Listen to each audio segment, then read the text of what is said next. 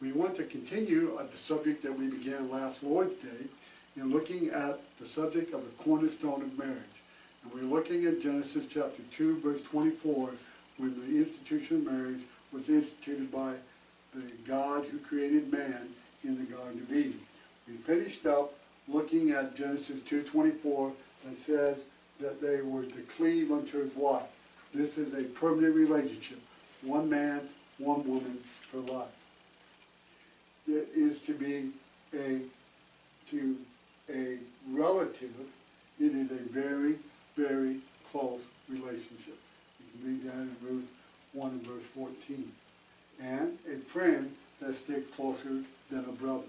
Proverbs 18, verse 24. Marriage is a very special relationship. It is the closest human relationship on earth. There is no human relationship on earth that is deeper, that is closer, that is more intimate than the relationship between a man and a woman in marriage. One flesh, two lives blend into one. Two lives from different backgrounds, with different upbringing, with different understanding, with different outlooks on life. And we're going to blend these two lives together and make them one. It involves intimate, tender, and loving sexual union. One of the things that God created man and woman with is sexual desire. But with that sexual desire, God gave a lawful relationship, a lawful means of that desire being satisfied to both man and women that would be lawful, that would be honorable, that would be something that would fulfill the desire that they have, and also would be a beautiful thing, and it would to be conducted and was to be done in the relationship of marriage. It's a symbol of the closest earthly relationship. There is no other relationship on earth that is closer than the man and woman in marriage. Children are a reflection of this one flesh relationship. It is the way that the human race was procreated, that it would continue, that it would grow. That, you remember, he said to be fruitful and multiply the earth. One of the means of doing that is through the relationship of marriage, and it is the only lawful way of procreating the human race. Now, I know we live in a time when marriages is not looked at in the same way that the Bible describes it, and that many people don't get married. They live together. They have children outside the bounds of marriage and live that way and have no problem with that and believe that's honorable and right. But again, that's man's opinion. That's man's thinking. That's man's looking at it. But it's not what God created. It's not the way that God created it. And give you an example of why it doesn't work. We have more single mothers in one parent household than at any time in our society. That's not the way God created it. He created a child to have a mother and a father, to have two parents that could guide them. There are things mothers can do that fathers can't do, and there are things that fathers can do that mothers can't do.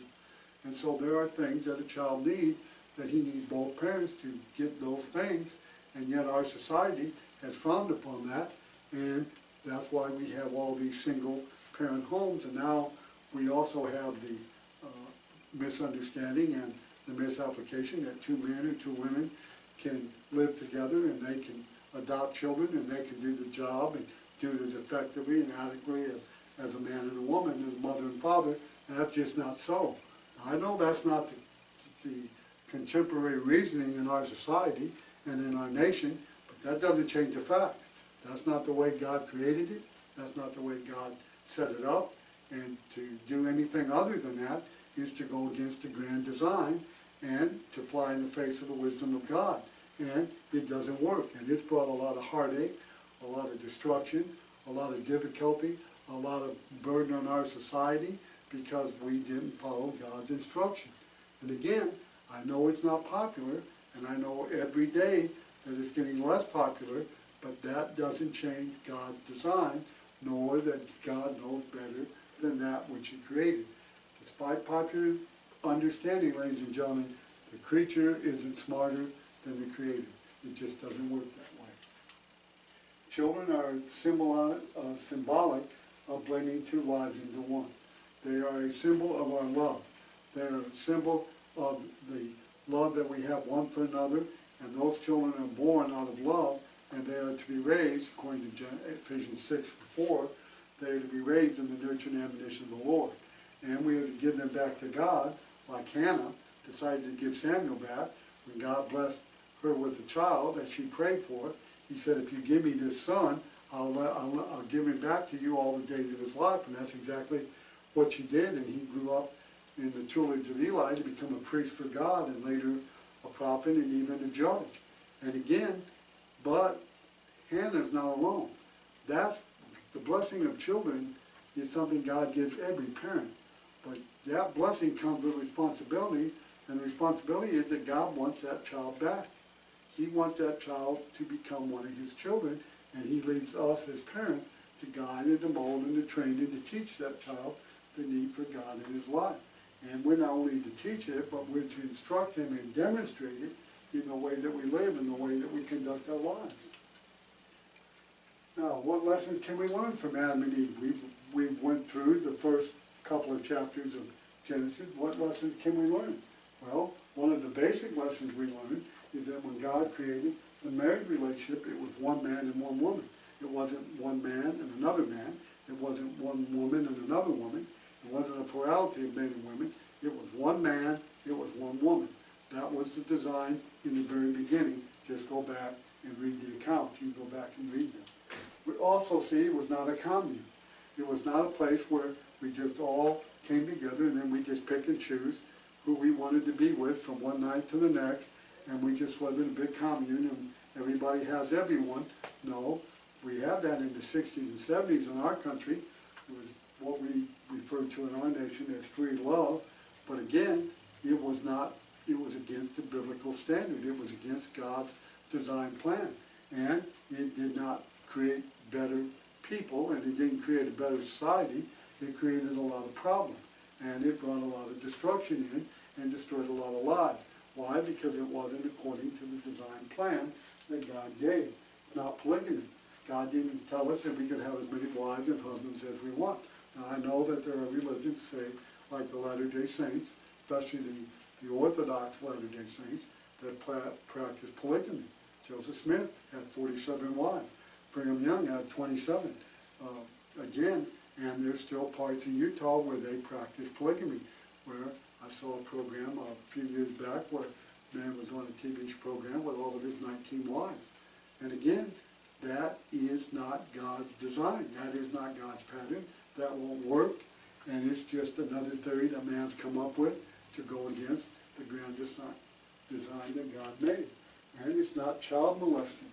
God did not give us our children to molest them. And many children's lives have been destroyed. Their whole life, not just their childhood, their whole lives going forward have been destroyed. I've had people in my own family who were molested by step-parents that destroyed their lives. I mean, completely destroyed their lives to a destructive nature that their lives have never been happy, never been without problems, and they've been robbed of many of the joys of life that God created man to enjoy.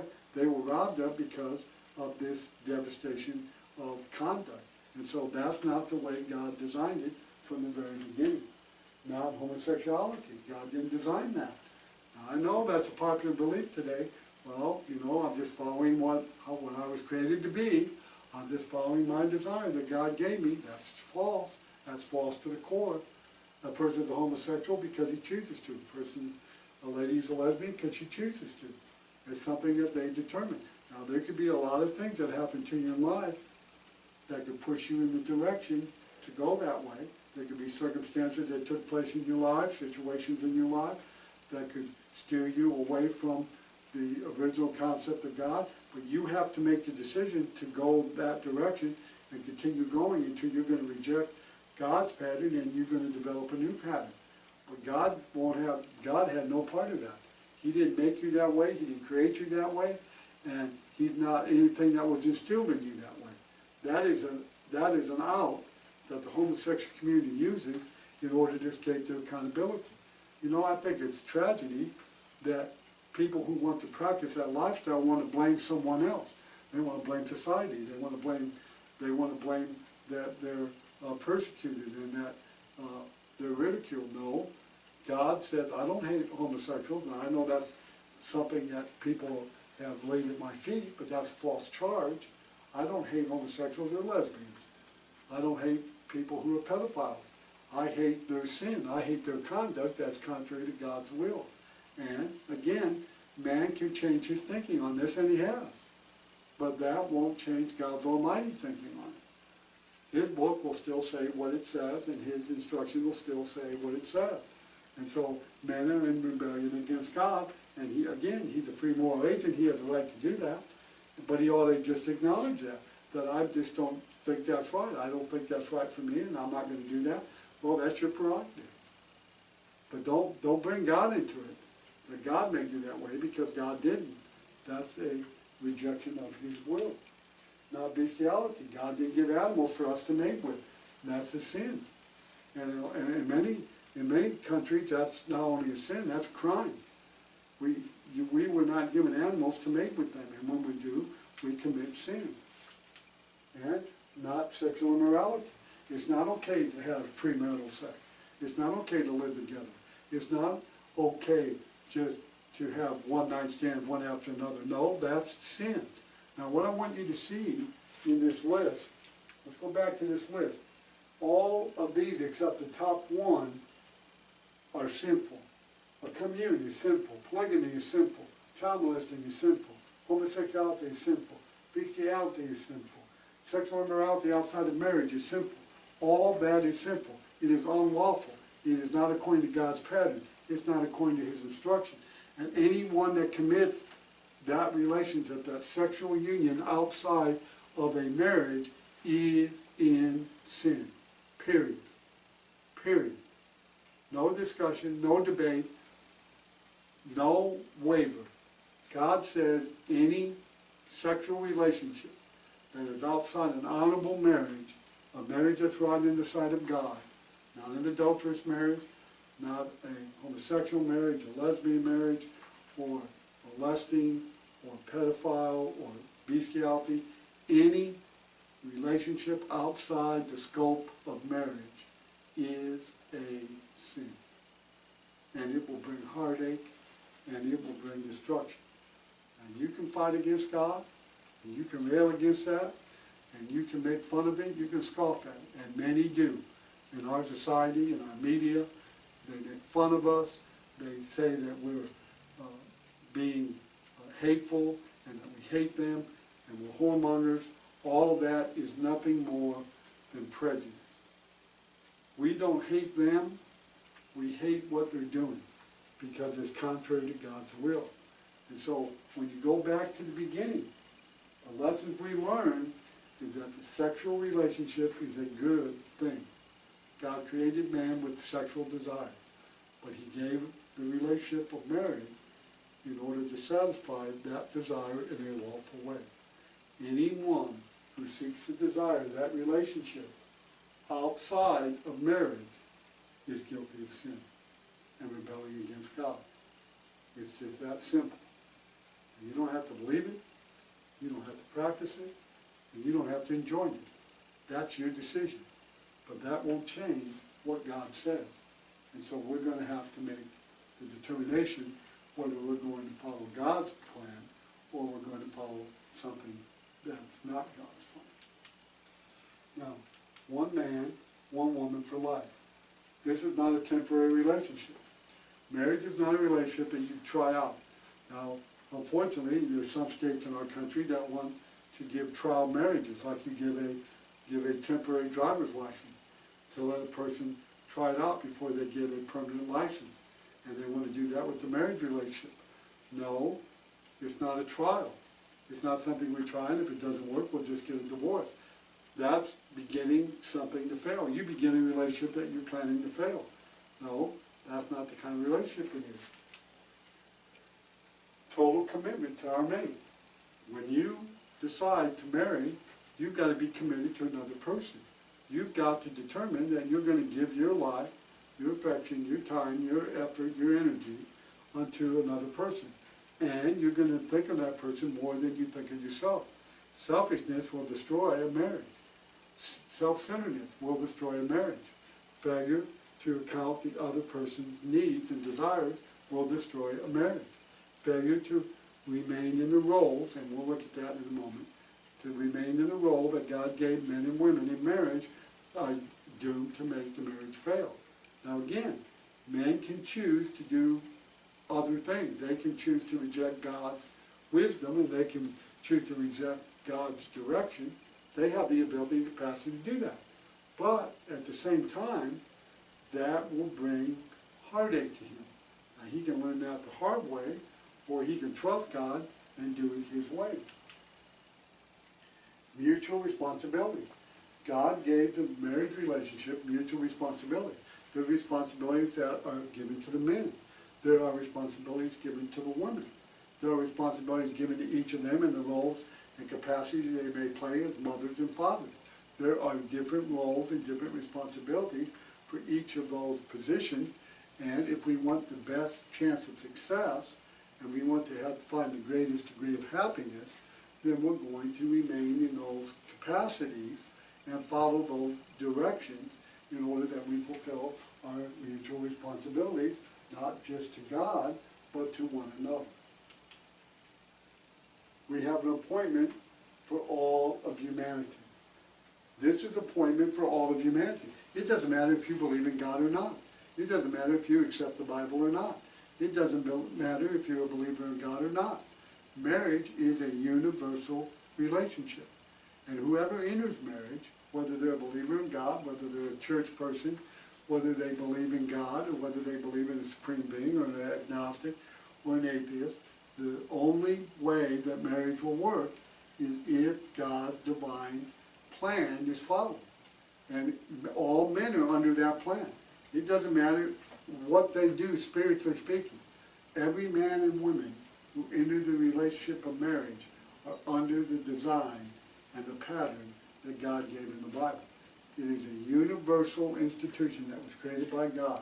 And God sets the parameter for what's right, what's wrong, what works, and what doesn't work. Now, men don't have to accept it. They don't have to follow it. But that still leaves him under obligation to God for how he conducts himself in that relationship. Blessed male and female. This relationship was for the betterment of both men and women. It was for both. It wasn't to just benefit the men. It wasn't just to benefit the woman. It was to benefit both relationships, both men and women. Both men and women are blessed when God's instructions are followed. When God's instructions are rejected, then there's going to be problems, and there's going to be chaos, and that's exactly what we have today, because men have rejected the divine pattern and instruction given in the Bible. Perpetuates the human race. Marriage was the institution that God created in order to procreate and perpetuate the human race. It was not to be done through shacking up. It was not to be done by homosexual couples adopting children. It was not to be done by unwed mothers and outside the role of marriage and single mothers. It was to be done in the relationship of marriage. Now, any honest thinking person cannot possibly say that going outside of what God created has made things better. How can any right-thinking person say that? Single mothers, abortion, children who are brought up in broken homes, children who have no father, don't even know who he is, have no male leadership, have no guidance, have no understanding of what a loving home represents and what it is. How can we say that made things better? It's brought great pain, heartache, destruction, and it has caused the moral fabric of the family and the home to be decimated. And any right-thinking person cannot think otherwise. The statistics are overwhelming. The evidence is right in the face. And so it just comes to grips with whether or not you'll accept it or you'll rebel against it. Again, that's something that you and I have to determine. That's something you and I must come to grips with, whether we believe that God knows better than we do, or we're going to go ahead and think that we can make things better. This is what we learn from the biblical account in the beginning. These are the lessons that we learn about the institution of marriage, the betterment of the relationship between man and woman. And so we need to keep those things ever before us, that we choose the course that God has laid out for us, that's in our best interest and gives us the best hope of success. Now, there are principles that we can arrive at from looking at some things in the Old Testament. In Exodus chapter 20 and verse 14 and 17, in Deuteronomy, reinforces this original principle. Now, let us read some passages together, beginning in Exodus chapter 20.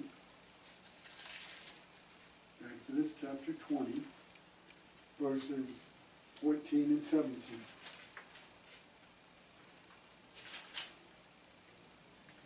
You shall not commit adultery. You shall not covet your neighbor's house. You shall not covet your neighbor's wife. So we see that in the Old Testament, we were not to covet. We were not to desire something that did not belong to us. We were not to commit adultery. That's to have sexual relations with anyone who was not your lawful spouse. And then in Deuteronomy 22 and verse 22, Deuteronomy 22, verse 22, Scripture says, if a man is found lying with a woman married to a husband, then both of them shall die. The man that lay with the woman, and the woman you shall put away the evil from Israel. Under the old law, men and women who committed adultery were to be put to death. That reinforced God's original principle, one man, one woman for life. And if a man and a woman were found in that relationship of committing adultery, both of them were punished, and the punishment was death.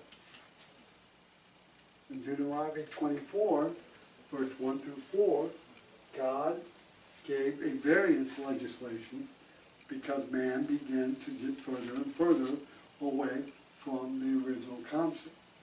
Verse 24, chapter 24, verse 1 says, when a man takes a wife and marries her, and it happens that he finds no favor in his eyes because he has found some uncleanness in her, he writes her a certificate of divorce, puts it in her hand, sends her out of the house. When she has departed from his house and goes and becomes another man's wife, if the latter husband detests her and writes her a certificate of divorce, puts it in her hand, sends her out of her house, or if the latter husband dies who took her in as his wife, then her former husband who divorced her must not take her back to be his wife after she has been defiled. For that's an abomination before the Lord. And you shall not bring sin on the land which the Lord your God is giving you as an inheritance. Now, in this legislation, in the Old Testament, if there was some form of uncleanness, now this is something short of adultery. If adultery was an uncleanness, there's a death penalty for that. So this is something that's short of that. And they determine that there's something that's unclean or something that's not right. They can give her a bill of divorcement. But if they do, and she goes to another man, and she marries another man, and that man has her, and then that man dies, and now she's unmarried again, her original husband could not take her back. He could not have her back because that would be an abomination. Now, why did God give this various legislation? He gave it in order to bring them back to the original concept. What he wants men to do, he wants them to think about, before they divorce their spouse and before they treat her like property, they need to think real hard and long about it, because once they do that, they can't change it. It's irrevocable. If they divorce her, give her a bill of divorcement, they can never have her back. And so he's trying to get them to stop, and instead of rushing into doing things contrary to his will, to work out their problems and to stay together in order that they might not find themselves in this predicament where they would want them back, but they can't take them because they put them away. And so again, God is trying to drive men back to the original position, because what they were doing, they were treating their wives as property, and that's not the way God designed marriage. And they were abusing them. And so God was trying to bring them back to the original concept and design that he gave in Genesis chapter 2.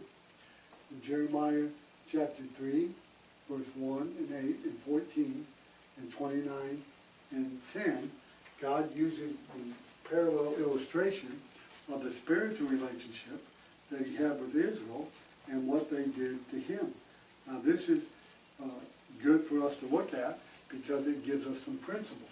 In Jeremiah chapter 3 and verse 1, they say, if a man divorces his wife and goes from him and becomes another man, may he return to her again? Would not that land be greatly polluted? But you have played the harlot with many lovers, yet return to me, says the Lord. Then we look at verse 8. Then I saw, for all the causes with backsliding Israel had committed adultery, I had put her away, given her a certificate of divorce, yet her treacherous sister Judah did not fear, but went and played the harlot also. Verse 14. Eternal backsliding children, says the Lord, for I am married to you. I will take you, one from the city and two from the family, and I will bring you to Zion. Then in verse chapter 29 of the same book, and verse number 10. 29, verse number 10. Thus saith the Lord, after 70 years are completed, I will visit you and perform my good work towards you and cause you to return to this place. And so, in these passages, it is talking about spiritual adultery. It is talking about a violation of the relationship that God had with Israel, and she played the harlot. She was married to the Lord, to his law, and she went after other gods, committed spiritual adultery. That is, she had a relationship with those gods instead of a relationship she was to keep pure between God, and God charged her with spiritual adultery. And it caused God to put them away, to divorce them, to put them into captivity. He first did that with Assyria to Israel, and then he did it to Judah in Babylon. And he did that because of their spiritual adultery, because they committed unlawful relationship with idols instead of the lawful relationship that they had with him. All this does is give you the principle and understanding of how God viewed unfaithfulness. God takes a dim look on unfaithfulness. When men are unfaithful in the realm of his people, he punished them. In the physical sense, in a marriage relationship, God looks down and punishes those who violate the marriage law and create their own law and violate the principles that he's established in the relationship.